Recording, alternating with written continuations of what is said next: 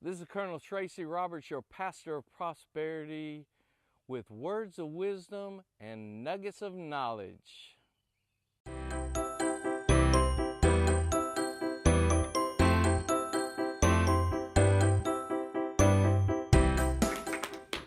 Okay, I'm going to be quick, fast, and in a hurry. One of the things I've been working on lately is multiple streams of income. If you have one job, and that's how you're providing for everything from one job, then if the one job goes away, you could be in trouble.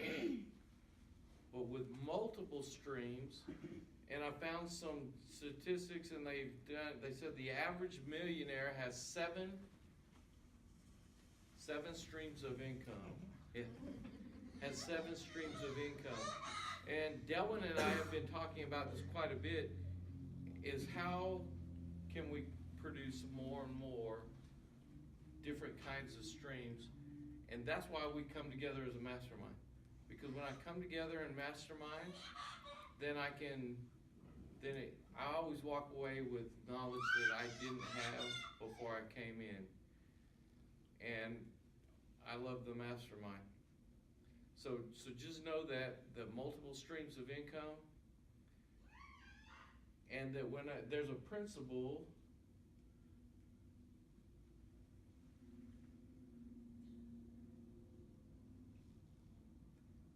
of ebb and flow. Is everybody familiar with the idea of the tide coming in and the tide going out? The moon controls the tide, and at different times, but we can predict it, and we know that it's going to come in, and we know that it's going to go out. And that is the same way with finances in everyone's world. There's ebbs and there are flows. There was a moment when President Donald Trump had lost everything, and he's walking past a fellow on the street that's homeless, and he said he was like $1 billion in debt at that moment in time. He walked past him and he said, "That man is wealthier than I am." Because he was in a bad way. He was in the ebb of his finances at that moment. But what happens after the ebb? It flows back in. And so if I know that that's going to happen, when I get into the ebb, when I feel like things are falling apart, there's a couple. I can choose to think, "Oh my gosh, what did I do? Did I do something wrong? What's the problem with me?" Or I can go, "The universe is teaching me something." And if I understand that when I feel the ebb, when I feel my finances going down, there are lessons that I need to learn. And I can fight the lessons, and I can stay in that for a long time. Or I can go, "I'm going to learn the lesson," and then the prosperity can now flow back to me. And when I know that, then it makes it easier for me to accomplish what I'm going to accomplish. I'm going to tell you a little story. They call me the pastor of prosperity, so I always like to throw in a scriptural story from time to time. There was a great captain of the guard named Naaman. And Naaman, he got leprosy. And one of his servants was a little Jewish girl, and she said, "Naaman, I know this fellow in my homeland named Elisha, and if you go to him, he'll get rid of your leprosy." And Naaman said, "Cool." So Naaman gets the king to send a letter to the king. And then when the king gets the letter, the Jewish king gets the letter, he's like, "Whoa, whoa, whoa, whoa. Well, I can't promise you any of this, but I'll tell you where the guy lives." And so he went, and Naaman, with all of his armies with him and everything, and he comes rolling in there, and Elisha sends out a little servant and said, the prophet Elisha said, "You need to go bathe in the Jordan 7 times, dip yourself 7 times, and you'll be clean." And Naaman gets hot. I mean, just mad hot because he's important. He would be like a 5-star general in the, I mean, he was the top really important individual.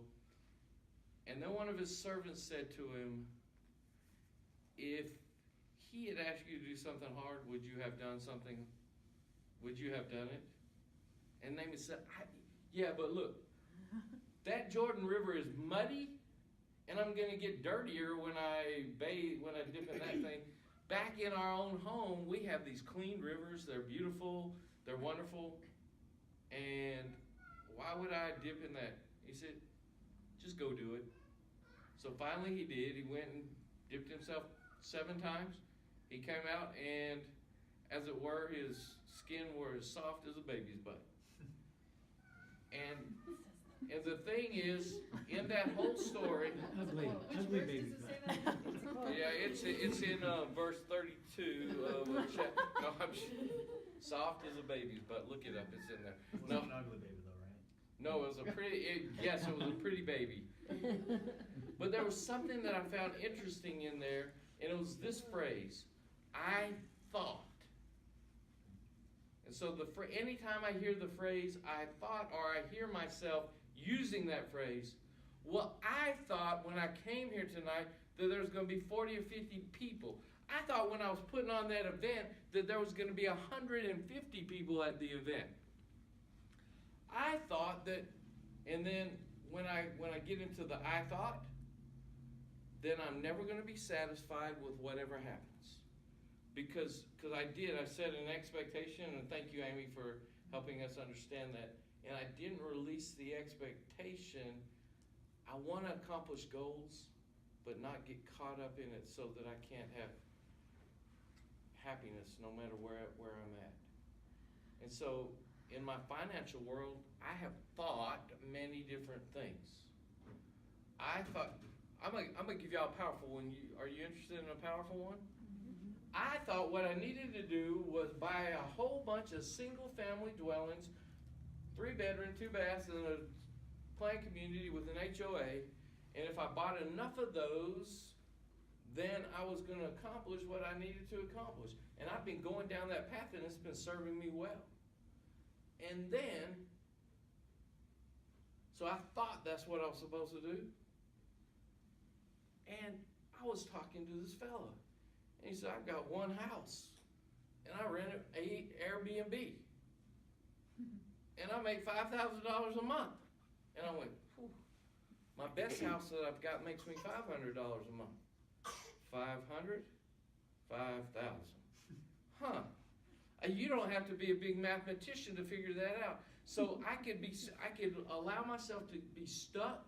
I could just be stuck in this place that says, this is what I'm supposed to do. This is what I've been trained, taught, and educated to do. And I must keep going in that path. Or I can go, wow, what that did, that helped me move down the path. And then all of a sudden, someone got put in my path, and they helped me go faster down the path. And so by learning new things and being willing to change when change is necessary, which is, if we study any of the laws, I'm not going to quote which one it is, but it's one of Newton's laws, that everything is, which one of the laws where we're moving from organization to chaos? Everything's moving to chaos.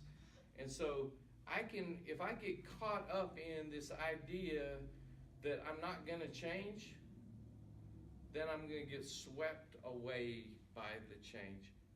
Or I can look at change and go, this is a good thing, and it's going to take me where I need to go. And I'm always looking at how that I can find a better way to do something that I'm doing. And that has helped me. And now I'm going to be liquidating 1 or 2 of my properties. And I'm going to be taking the same exact money that I've been using right now that has been serving me well, and I'm going to be quadrupling what I'm doing with the same money. And for me, that becomes a powerful thing. I'm going to leave you with this. if you think that you need more money to be successful, and if you are not successful without money, I promise you, you will be a failure with money. Because money is not the issue or what you need. You need a better strategy. And so if I need something, I don't need more money, because we can throw, I've seen, and I've done it myself, I've thrown money at things. And just thrown money and thinking, well, if I throw enough money, if I buy another, and here we are, we're in a room full of mentors. If I buy me another mentor, throw another 10,000, throw another 50,000, throw another 100,000. If I buy another one, then that's going to be the thing that's going to solve me. No, it will help you, because I believe in mentors. I hire mentors all the time. They help me get where I'm going. But when I hire a mentor, I know what I want. So with money, then I need a new I don't need more money. I need a better strategy. And when I get a better strategy, then I'm able to accomplish things that I might not have thought possible. And that's what I'm going to leave you with on finances tonight. I hope that that was good. Yeah. Find a better strategy, or look for another strategy to take you where you need to go.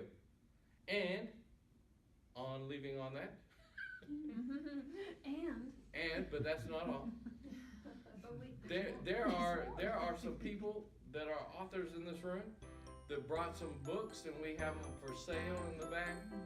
And so just be aware that there are going to be some books. I think Dylan's going to be making an offering on something later on. At least now he is. All right, thank you very much.